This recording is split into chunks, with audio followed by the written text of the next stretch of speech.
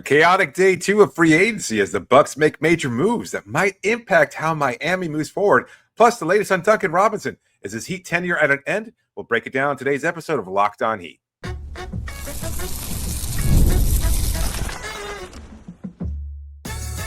You are Locked On Heat, your daily Miami Heat podcast, part of the Locked On Podcast Network, your team every day.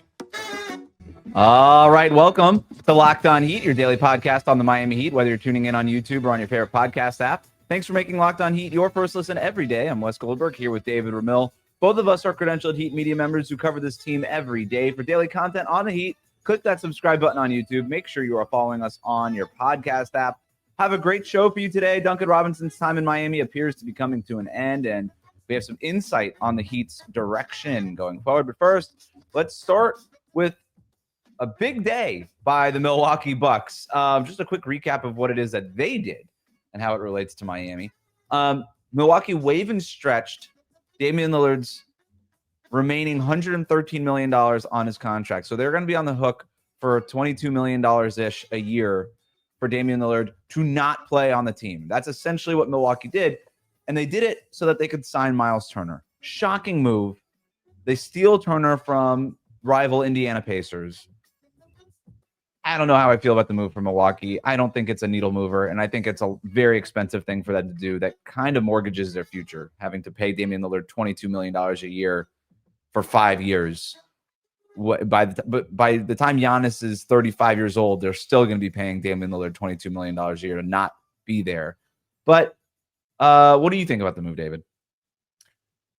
The move to add Turner makes a lot of sense after you lose Brook Lopez. I mean, Turner... Yep. Pretty similar in terms of his defensive possibilities and potential, and he does have floor spacing abilities, much like Lopez did in his tenure in Milwaukee. So it's not a bad move. Just the idea of waiving Lillard, though, it doesn't sit right with me. And I know that we heard reports about Giannis's reaction to the move, but even around the league, I wonder how that will change perception. It didn't seem to affect Myles Turner, I guess, because, he was obviously he was willing to join the Milwaukee Bucks. But something about waiving a player of Lillard's reputation, of his his accomplished career and everything else. Top 75 guy of all time, right? Yeah, you're hurt. And what happened with Milwaukee now? It just seems like, I don't know. It's a move that I don't think anybody saw coming. At least even from people in Milwaukee that cover the team. I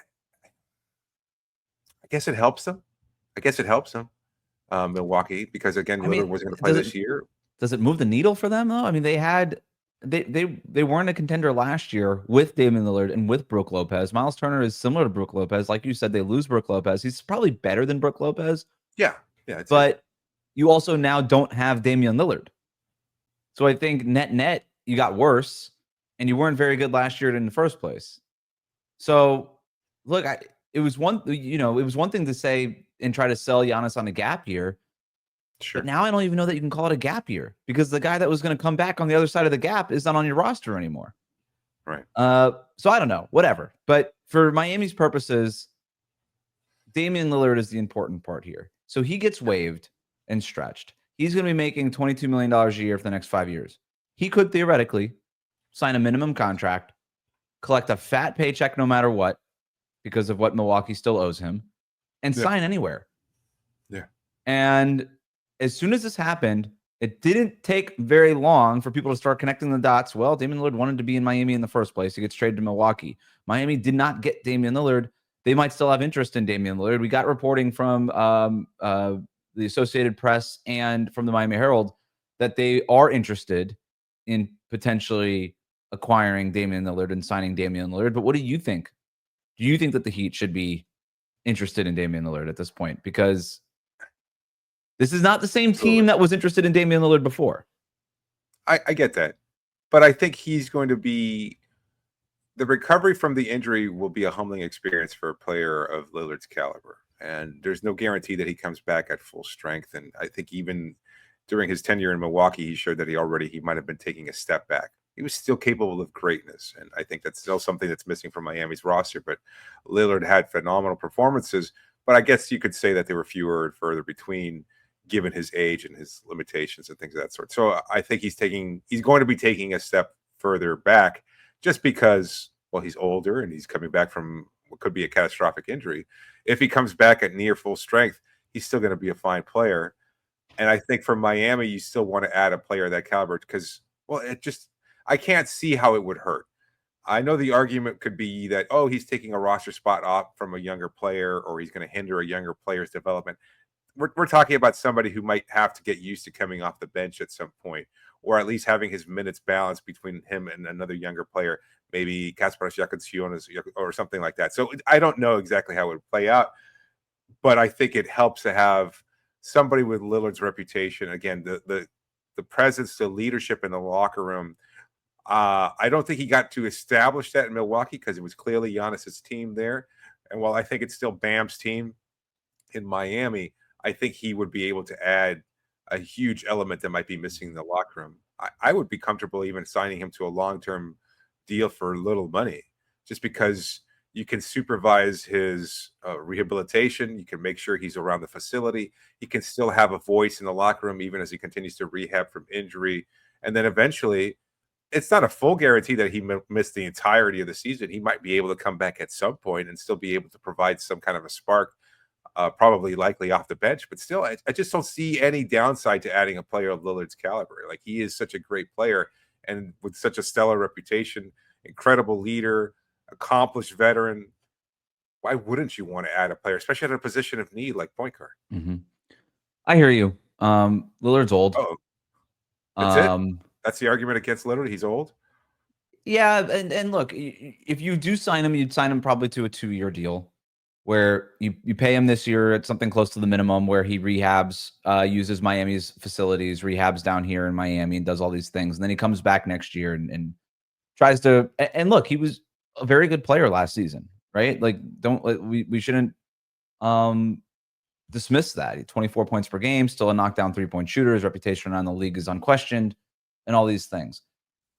If you could get him as your 15th guy on the roster and you just let him rehab for a year, and the reason why, by the way, Miami would sign him now as opposed to just wait until he's healthy is so that somebody else does not sign him, right? You want him under contract, you get him on your roster, and then you get the benefits of Damian Lillard coming back, right? It's an investment, and that's what it would be for any team that signs Damian Lillard if he was going to do it now. Also worth noting that it was reported after Damian Lillard got waived here, he's going to take some time and decide what he wants to do. He might not want to sign with a team. He might just want to say, you know what? I got my own guys. I'll rehab on my own. And when I'm ready to come back, I'll look at the NBA and figure out where the best place is for me. Because that's the other part about this. Damian Lillard wanted to be Miami when Miami was coming off of a 2023 finals run and had Jimmy Butler in his prime. That is not this team anymore. I don't know that this Damian Lillard coming off of an Achilles injury and a scary blood clot issue all in one season gets Miami into title contention again. So if you're Damian Lillard, you kind of have your pick of wherever you want to go. And the one thing he's never done is win a championship. And if he wants to say, you know what, I'm just going to go to Denver. I'm going to play off of Nikola Jokic. I'm going to go to Minnesota. And I'm going to play off of Anthony Edwards. Or I want to go to the Lakers and play off of Luka Doncic and LeBron James. Whatever. He's got his choice, hypothetically at least, of wherever it is that he wants to go. I don't know that Miami's at the top of his list anymore. No, I agree with that. I also just think the landscape of the league has changed so much, and something that I've talked about before, the parity is so league-wide that I don't know that clear contender is there. You see some moves being made by Houston, and obviously Oklahoma City is as deep as it's going to get around the NBA and clearly a historically great team. And yet I just don't see any real team that's head and shoulders above the rest of the competition. And I don't know that you can choose to join a contender, whatever parameters you want to use to define what a contender could be. But it just seems like there's a lot of teams that could fit into that category, and none of them is such a clear favorite. And you might be risking a chance at just being happy and content. Miami, clearly not a contender. I'll give them that much. I'll give you that much because I think that's a fair assessment. But I think he'd be happy here. I think he'd be happy in South Florida. I think he'd be happy playing alongside a guy like Bam Adebayo, who they obviously formed a fast friendship with. And what team could he join that is so clearly elevated to the point where they're a title contender? or that they're That would be up shooting to for a him, title. right? I mean, like you just said, the Heat aren't even part of that club right now. So at least pick a team in the club and hope for the best, right? Like he probably thought he was going to win in Milwaukee and didn't, but he also didn't pick Milwaukee. He just ended up there. So we'll see what ends up happening there. But Damian Lillard, that situation worth monitoring. Duncan Robinson situation also worth monitoring. Is his time in Miami coming to an end? We'll talk about that next here on Locked On Heat. Today's episode is brought to you by Monarch Money. You ever wish managing your money felt easier? Well, you know what? With Monarch Money, it can. Whether you're growing your savings or planning a big purchase, Monarch puts you in the driver's seat. It's like having your own personal CFO, giving you full visibility and control over your finances. Monarch Money is more than a budgeting app. It's a complete financial command center.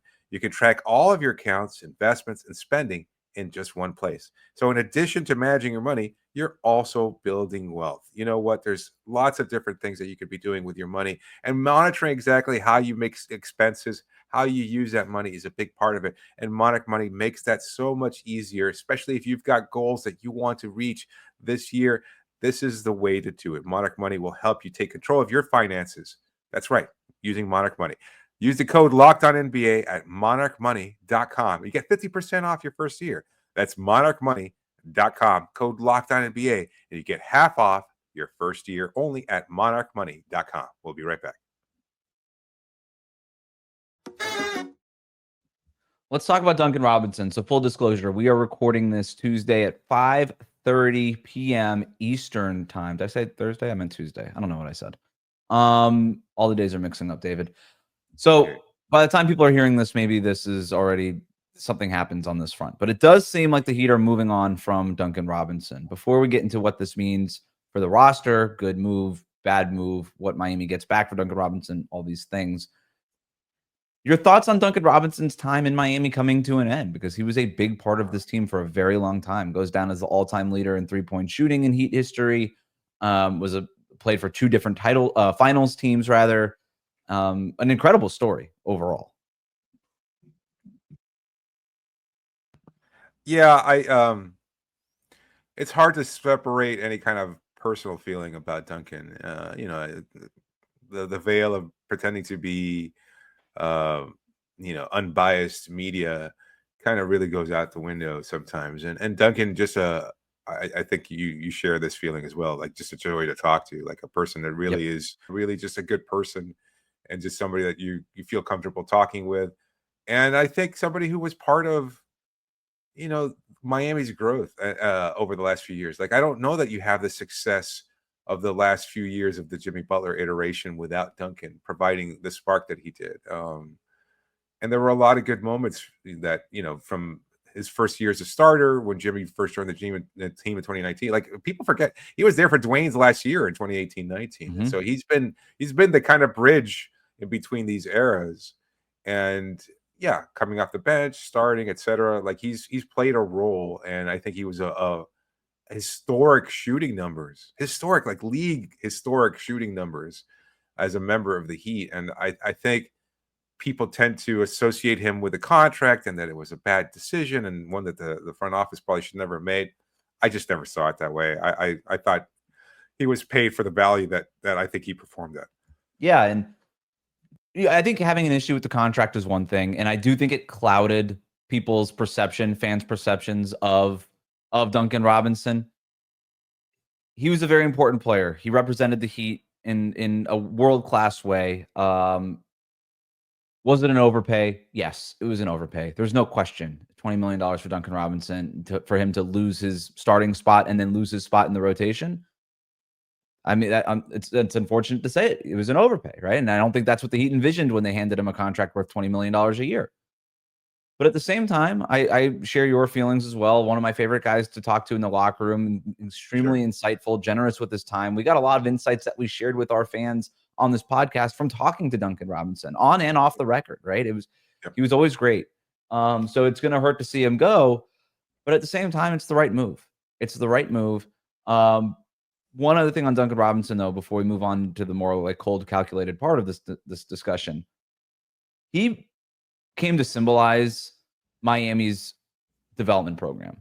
the world-class development program. He became the ultimate avatar of what success looks like. Not just for players on Miami. Max Strus, when he first got here, would talk about Duncan Robinson all the time. That's my goal. And that happened for him, right? Not in Miami. He ended up getting a big contract from Cleveland, but he followed in Duncan Robinson's footsteps. You talk to people around the league. Duncan Robinson is a beacon of hope for undrafted players who don't pop off the screen or don't have the biggest stats in college or the best vertical leap or whatever it is. They look at somebody like Duncan Robinson and say, I can be a multi-year collegiate athlete, go undrafted, and work myself into a point where I'm making $100 million. Yeah. And that kind of is his legacy. And it's a pretty cool one to have. So I think he's an extremely important part of the Heat's history. And I think he's a very important part of modern NBA history in the way that these undrafted free agents look at him as a role model. In terms of... Go ahead. No, I was going to say, just in terms of the contract is what I'm thinking about right now. Like, Miami could bring him back. I mean, that's still a possibility, even it seems like it's increasingly likely that he'll be sent to Detroit as a sign and trade partner. But I don't understand necessarily the decision. Like, you're giving up your best three-point shooter, and I know maybe his role is somewhat limited, although I think he still did provide an occasional spark over the course of last season. And I don't see why you couldn't have... I don't know what the deal would be, but I can't imagine why Miami wouldn't be interested in signing him to a multiple-year deal unless they just want to keep financial flexibility and they don't want to tie long-term money. That's it. He's 31. Well, he's 31 years old, and if you are going to move in a younger direction here, which we're about to talk about, well, 31-year-old isn't exactly young, and he's also a player who was consistently over the last couple of years played off the floor in the playoffs. It just doesn't really fit on Miami's roster anymore, given the other players that they have to play. And that it might just be that simple. That said, they never ruled out bringing back Duncan Robinson until they did, right?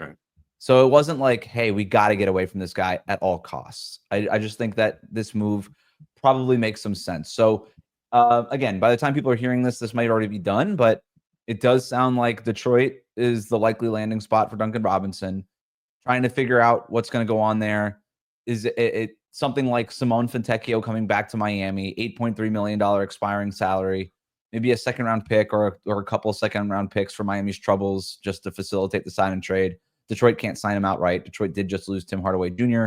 To the Denver Nuggets right before we started recording here, so that also happened for the Pistons. So they were, and they don't have Malik Beasley, so they are looking to replace Malik Beasley and Tim Hardaway Jr. to a lesser extent with an elite three-point shooter. That is Duncan Robinson. He makes a lot of sense on the Pistons roster. You get Fontecchio back. I think Fontecchio is pretty good. I like him. 6'8" forward. Not as good of a shooter as Duncan Robinson.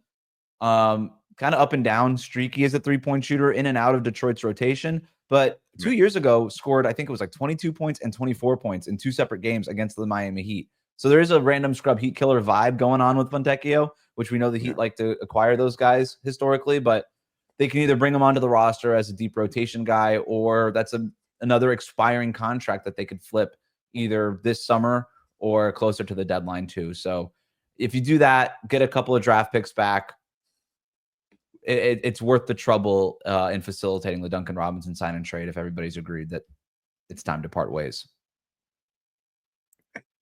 Fontecchio's fine. I'm not even concerned about that necessarily. Although I think it's a step down just because of the comfort level. It is. He's not as good of a player. Yeah, he's not. He's not. Can he raise his game a little bit in Miami? Maybe. I don't know. That'll be interesting to watch whether or not he could develop another level to what we saw in Detroit.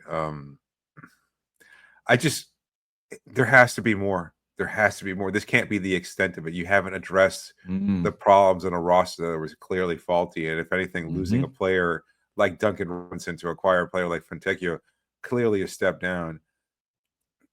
There's got to be something else. I don't know what it could be. It allows them to do that, right? Like you can expand the trade. And Duncan Robinson was a sign and trade guy. That player is hard to move because it puts the other team, it hard caps the other team at the first apron. If you expand this trade beyond Fontecchio, who's just an expiring salary, you can move that wherever you want. Right. That does make those trades a little bit easier. If you just need, okay, we just need one more chunk. We need another $8 million to get this thing past the finish line. That can maybe help you do it. But you're right, David. this can't be it. Like, this can't be the move. Swapping Duncan Robinson for Fontecchio's expiring salary, that's not enough. What would be enough, especially if Miami is starting to pivot into more of a youth movement? We'll talk about that next year on Locked On Heat.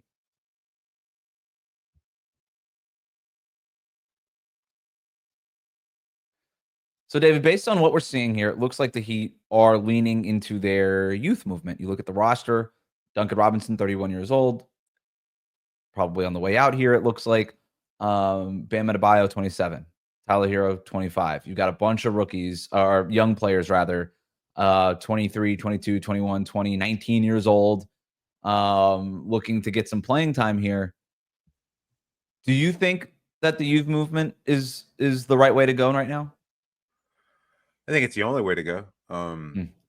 Because the youth movement is the plan, but 2 weeks ago it was pursuing 36-year-old Kevin Durant. So, I mean, it's the plan for now until that plan has to change. And the plan could change if you wind up bringing back, or adding, rather, Damian Lillard. So I think it's the possibility in terms of we need to do something and kind of jettison certain players that might not be growing or developing, and we have the chance to kind of lean into a younger roster and give everybody opportunities and hope that they continue to develop and that they can reach another level than what we've seen from them so far during their tenures, aside from Jakusionis, obviously. But I also don't know that it's the plan. Because again, it feels like we're kind of resigned to doing this because whatever we tried before hasn't worked. They were going to keep Jimmy Butler until they couldn't, because Jimmy was like, no, after this, I'm out of here. They wanted to add Lillard. They wanted to add Kevin Durant. They wanted to go older. So I don't know that it's necessarily a plan so much as like, well, we kind of just weren't able to get steps 1 through 5 done. And now we kind of have to just move down to the next step or look to the next plan because we weren't able to do what we prioritized in the first place. This team needs a superstar. They still haven't gotten that superstar. They've got some nice role players. They've got some nice all-star level players in Bam and Tyler, although I think both of them clearly have some weaknesses in their game. And that being the case, what's the process to getting there? Is the youth movement, is anybody currently on the roster, including their rookie, capable of reaching that star level? I don't know that I see it. I think Jakusionis is going to be a fine player. I think he's going to be a nice addition. I think if you can get a player like Kuminga on the roster, a guy who wants the rock and wants to be able to be the man, who wants to be able to be that scorer, I think that could benefit from having him and Tyler as your go-to scorers, because this offense has been so... Well, that would be part of the youth movement, wouldn't it? It's swapping out 30-year-old Andrew Wiggins for somebody like Kuminga. So maybe that's what it is. It's you just keep taking chances on these young guys and just hope that one of them pops. And maybe one doesn't pop into a full-blown superstar, but turns into a player that you could that you could package in a trade down the line for a superstar. Fair enough. The team obviously needs a superstar. That has to be the top priority. But if they can't find that player, they also can't just bring back the 36-win team. And it makes a little bit sense to go younger and try to create some assets that you otherwise didn't have. So maybe this is all, step one in a multi-step process. I don't know. We'll see what happens. I just don't know who the superstar is that's out there right now. So it's sort of what else are we going to do? I guess we got to go young. Well, I mean, I don't think we talked about this when we were discussing the Milwaukee moves and stuff like that. But, there are some reportish type news that Giannis Antetokounmpo might be upset with the roster moves that Milwaukee's made and waiving Damian Lillard. To that point, again, I don't even know that's worth really discussing, other than to say Antetokounmpo might be upset. And even if he's not upset, there is still why not think that he wouldn't ask for a trade at some point? That team's not going to be very good. So does he see himself as the missing piece with whatever Miami? If Miami were have to give up whatever it is that they do in order to acquire Antetokounmpo, would he see Miami as the kind of destination that could make other moves and can build a roster that help him achieve title contention? Maybe. That's not up to Miami to figure out. All Miami could figure out is, if Giannis comes to the conclusion where he doesn't want to play in Milwaukee anymore, how do we best position ourselves to go get him? And the answer isn't re-signing Duncan Robinson. That's fair. The answer is getting younger and offering Milwaukee something that they would like to have, which ostensibly would be getting young, right? So you see the youth movement as a bigger part of a bigger picture that still sets them up The only and logical keeps them. path. Yeah, Yeah, exactly. it has to It be. might be two It birds, has to be. one stone type of deal where it's like, let's just get younger and maybe we just all grow together and we're good. Or we all grow together, we're good, and then we trade a bunch of you to go get Giannis or whatever superstar. I will say that one thing feels like it's missing from this offseason so far, and that's you have to figure out what to do with Terry Rozier. And maybe you just kind of resigned yourself to that. And I don't want to pick on Terry at all, because again, just similar to what we were saying about Lillard and Duncan, like a guy like Rozier has been welcomed in that locker room, really positive person. It did provide a spark in terms of his personality and stuff like that. Unfortunately, it just never manifested there. And I just see that as a glaring problem on the roster, is that you have this player that just is not capable of playing at a high level and making a lot of money to boot. So if you can find a taker for that salary, I think that would, in some ways, that would still probably make the offseason a little bit of a success, or at least slightly more successful than what it's been so far. And I think that has to be some kind of a priority, although I don't know how likely it is. They are looking, right? They're looking for Terry Rozier trades. They're looking for Andrew Wiggins trades. One thing I'll tell you, they're not going to attach assets to Rozier to get off of them. They're not desperate to get off of Rozier. I've seen it reported a lot that their number one priority is trading Rozier. That might be true. I don't know. I don't know that I would frame it that way. They're not going to attach assets to a guy who comes off the books after a season. They're not going to do it. Not unless they need that space for something else, which does not seem likely right now. So, but I do think that, look, free agency clearly was not a thing that Miami engaged in very much. So it's going to be trades in a way to shake up this roster. And I think you look at Terry Rozier's expiring salary as something that could facilitate a trade. And I also think you look at Andrew Wiggins. I think the Lakers are a team that could be interested in Wiggins still. I think there's other teams that could be interested in Andrew Wiggins. Wiggins could be a key part of a potential Jonathan Kuminga sign and trade as well. So I think if you're Miami, when the dust settles a little bit on free agency, you start looking around and be like, all right, what moved? What is now possible for us? Because it didn't seem like a whole lot was possible for us 2 days ago, but a lot of things have changed since then. And maybe some other things shook loose. So we'll see what happens, but that'll do it for us today here on Locked On Heat. Thanks for making Locked On Heat your first listen today. For your second listen, check out the Locked On NBA podcast, where there is no offseason. Doug, Matt, and Hayes keep you up to date on contract negotiations, rumors, and everything you need to be the most informed NBA fan. Find Locked On NBA on YouTube and wherever you listen to the podcast. Part of the Locked On Podcast Network, your team every day.